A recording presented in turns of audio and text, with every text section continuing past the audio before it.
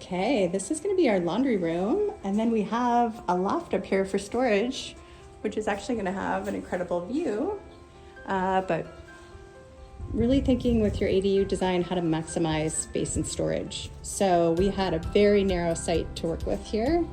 Let me give you the view from outside. So we're on a wedge-shaped lot, and we've just got less than 6 feet here, and then it widens out with the property line as we move down the hill. So Ebron is our lead designer on this, and he really worked at maximizing the space. So as we go into the living room, you can see the roof line changes. It goes up.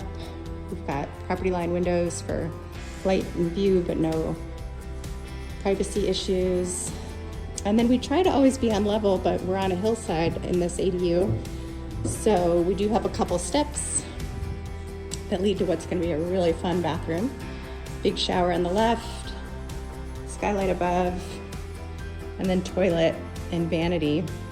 And then we head down to the final level. This is going to be the bedroom / exercise room. So we're going to have a big Murphy bed with storage here, storage closet in this nook, and then we'll have a transom window that's back-bordered up there. And then this big area here is left over for yoga exercise space.